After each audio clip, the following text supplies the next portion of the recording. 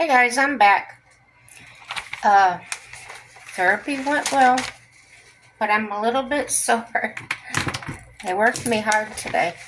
Um, what I want to talk about is something that's in my head again. And, you know, when you're watching YouTube videos pop up, this isn't the point of my discussion today, but I wanted to get y'all's opinion on these things. The New York Post put on 2 days ago, and it's by Richard. It's either Polina or Polina. That Representative Andy Ogles, he's a Republican in Tennessee, congressman, pushes amendment to allow Trump a third term, but not Obama, Clinton, or Bush will support that. No shock there. He proposed it on Thursday. How do you feel about Trump releasing assassination records? I think anytime secrets are brought out into the light, it's a good thing. Some may get some, probably families, that's the most important, get a sense of closure. And some may think worse of our government. I'm talking about kind of public there, that who knows what it's going to do. It must indeed be a good thing for their families to know. I mean, wow, it's been way too long. Next, this is what I wanted to talk about. Solo senior women living in vehicles and RVs. What do you think? How does it make you feel about that, if anything? My mom is 75. She's very strong and independent, but I couldn't imagine her living that way at all. Yeah, she's healthy and active. Here's what I would be concerned about and what I wouldn't be concerned with. If she was traveling with others, like a group, everybody in their own vehicles, just in case you didn't know what I meant, I would feel better. It would ease some of my angst, if you will. She doesn't have any problems driving or being self-sufficient. I'm more concerned with someone harming her. And I think that's a valid fear, that's a concern. So out of curiosity, I looked up options and more information on the subject. I just can't stop at a thought. I got to dig into it. According to Road Scholar, there is travel for people who love to learn. And Backroads is a female solo travel, and it seemed like tours. Adventure travel for women. Solo female travelers is another one, and they got tours, courses, and expert advice. Be My Travel Muse is another one, and it's for female travelers. Adventurous Kate, this one sounds really good. And it's a Samo female travel blog, says, in quotes, I teach women how to travel the world safely, and I'm here to help you have the best trip ever. I thought that sounded pretty good. Another one is The Blonde Abroad, and it has the ultimate guide to solo female travel. And these sound more like travel tours to me, just in case you're interested in that. So I dug deeper and found Outdoorsy. That's another website. That's spelled Outdoorsey. Oh, it's door, S-Y. Tongue tied. And they have comfortable and affordable RV rental. I didn't write it down, but the website also they have vans as well. Um, Another one is Cruise America, and they have RV solo living as a female and 6 lessons learned. And I wrote some of these down.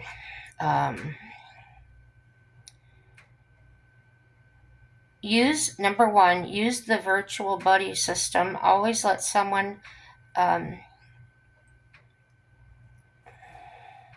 ideally a few, someone's, that's how they said it, someone's, know where you are. Plans, let them know your plans. Have a set time to check back in so your buddy doesn't feel like they need to call the cops or something, okay? Number 2, don't go too far off the well-beaten path.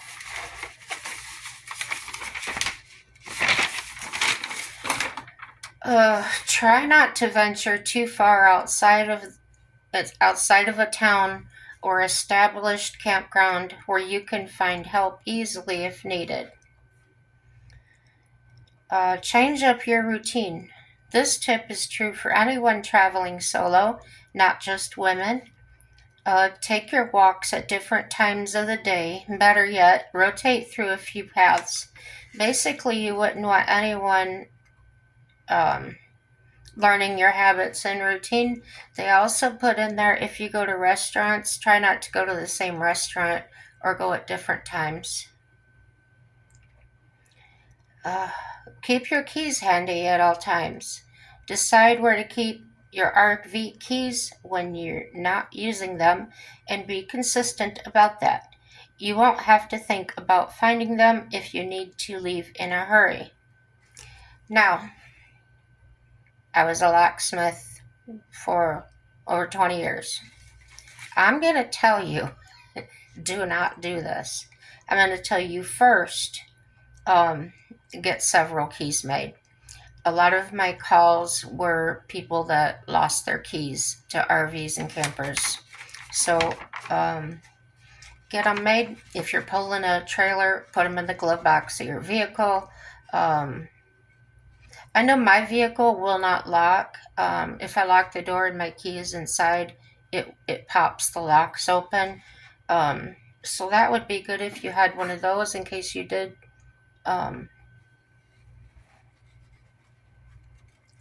toss your keys in there. Do not use those magnetic key boxes that go under your vehicle. I saw a lot of them. They were metal and they had the slide, and you put the key inside. They rust. The slide loosens and opens, and your key falls out. It's gone.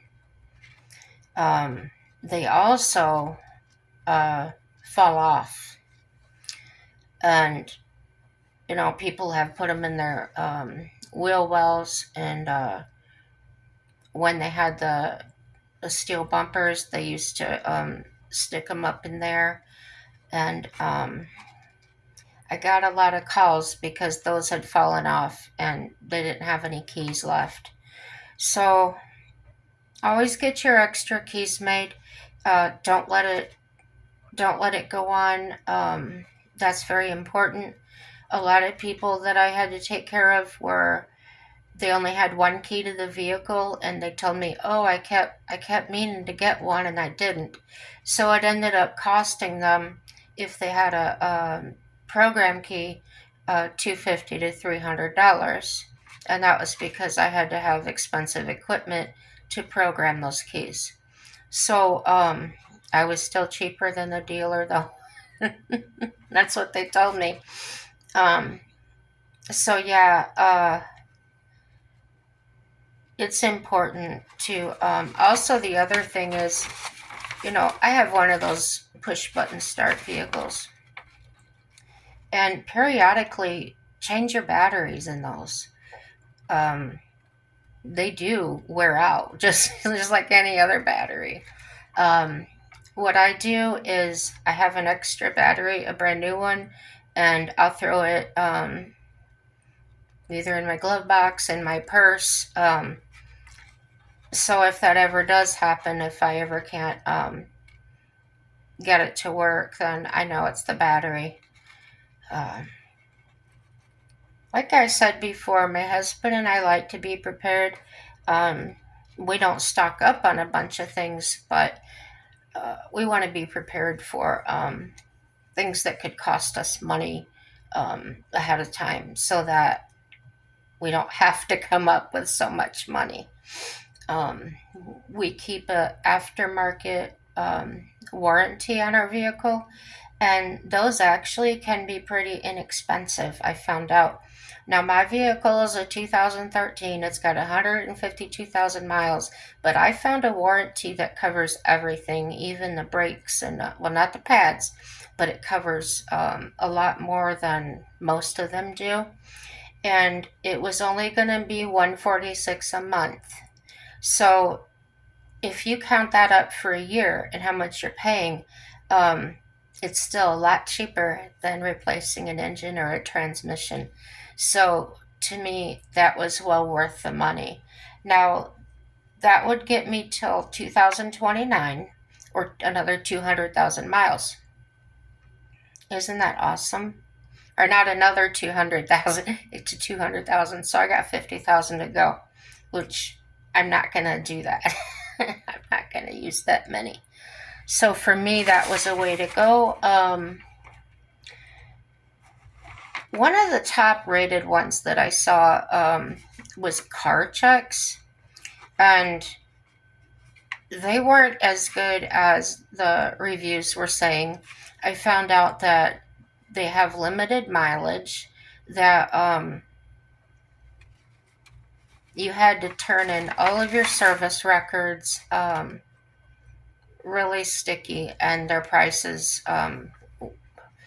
they were medium. They weren't the lowest and they weren't the highest. And that's what I found with a lot of them. A lot of them have mileage limits. Not so much the age of the vehicle. Um, they said they did do older vehicles, but they had to be under 150,000 miles or something, and or 130. I don't know. You have to call them and find out. So, but there again, you had to have all your service records. Um, if I think of the other thing, I'll let you know. Always have an exit plan. Carry protection. And the Wayward Home, that's another site, they suggest lock your doors at night and stay aware of your surroundings. Well, I'm hoping at this day and age we all kind of do that anyway. It should be, keep your head on that swivel. Be aware of, if you see anything different when you come to your campsite, look around. Look under your RV. Just whatever you want to do. If you're not comfortable with that, maybe go to a neighbor or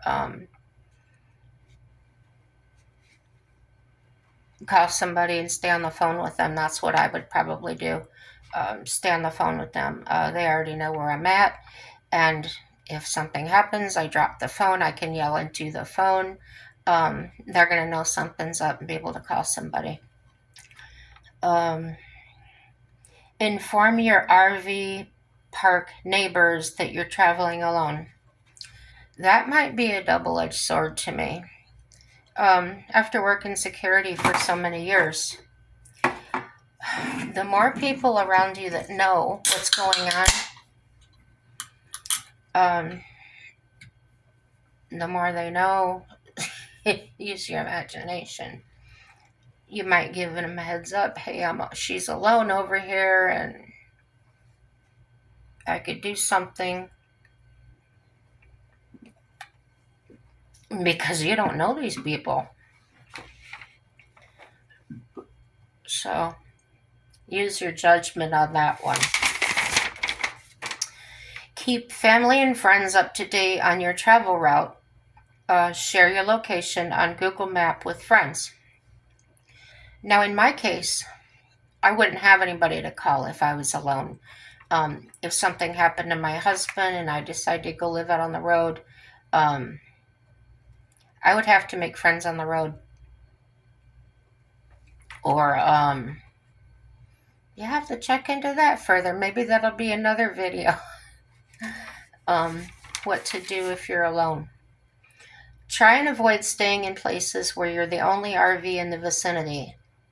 And I didn't think that was a bad thing. I thought that may have been safer. But after watching some of these videos, oh dear, and they've been men, not even women. They've had some really bad things happen that could have been really dangerous.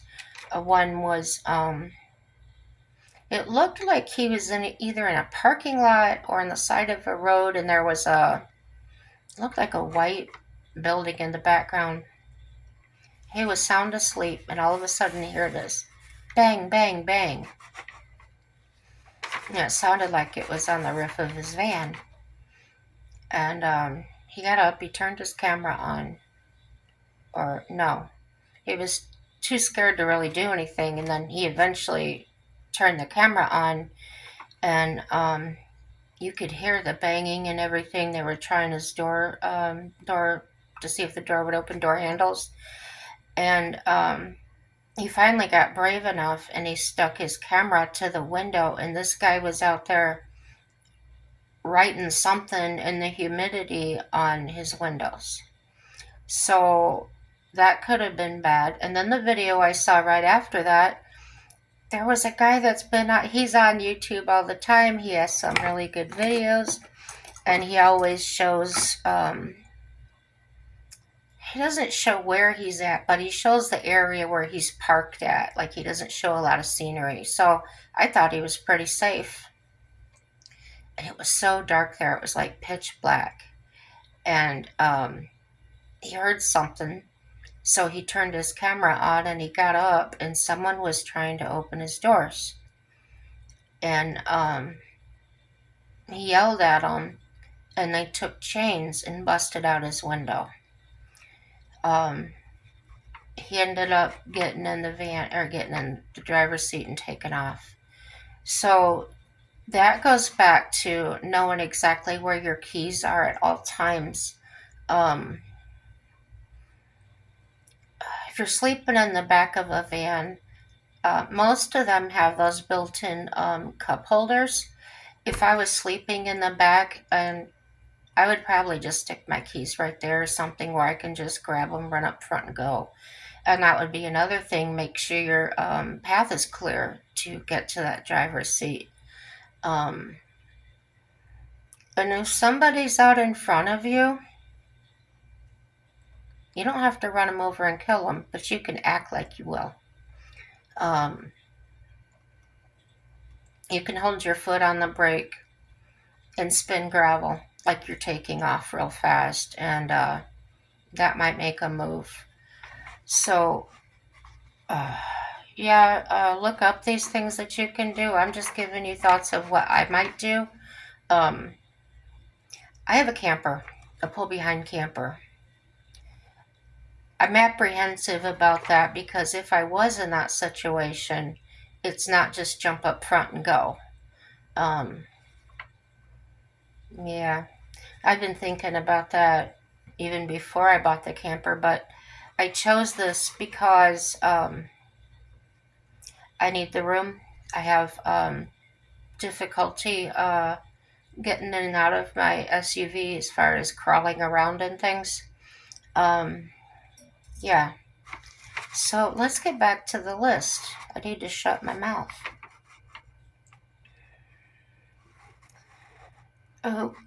Okay. If you're staying overnight in a parking lot or a rest stop, Park under a light and within view of a security camera. That's not going to prevent something from happening. But I think what they mean is that if you're under the light, the camera is going to pick up better, have a better view of what's going on. Yeah. Camp in areas where you get a good cell phone signal. That's a definite. When you leave your RV, close the blinds and secure everything valuable left outside. The one thing I wanted to say about the phone signal is my car has a 911 button right on the dash. My car doesn't have to be on for it to work. So if I was scrambling from the back to the front, I could just take my hand and swipe that as I was getting into the seat. So if your vehicle has something like that, that may be an option. Well, I also have it's called NDAC, NDAK, and it works like a medical alert button, or whatever it's called. But they can find me anywhere in this country. So if I had that with me and I pushed that button, they would know exactly where I was at. The voice would come right over the speaker on it, and I would be able to talk to someone. So yeah, that might be an option for you. I think it costs $35 or $45 a month. Of course, I have benefits and insurance and Medicare, so that doesn't come out of my pocket. Actually, I think the county, I don't know who pays for that. Somebody does. Okay. When you leave your RV, close the blinds, secure anything valuable left outside. If you have one, bring a firearm, they say. But check ahead regarding state laws regarding those in the states you'll occupy. So it's kind of a no-brainer to me. When I was a locksmith and I had to travel into different counties, I would usually stop at the police department and let them know where I was headed to. One reason I was by myself. Another reason is in this day and age, there might be squatters in that house. There might be traps set. I've seen a lot of things that people do. Cut a hole in the floor and put a rug over it. Yeah, you just never know.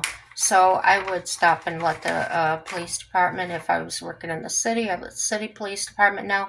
If I was in the county, I'd go out to the county. And actually, there was a captain at the county police department in a city I went to, and every time I went, he'd stand up and he'd say, "Where are we going?" And he would just go with me, and he would go in and check things out for me, and he was awesome, incredible, and he would stay there until I was done. Yeah, he was a very helpful police officer. And I asked him one time, I said, why all the special attention? He said, to be honest with you, there's a lot of gang activity, and a lot of them are staying in these empty houses. Wow. I'm glad he had my back, let me tell you. So they say put stickers on your windows with a security camera warning. I don't know what that would do.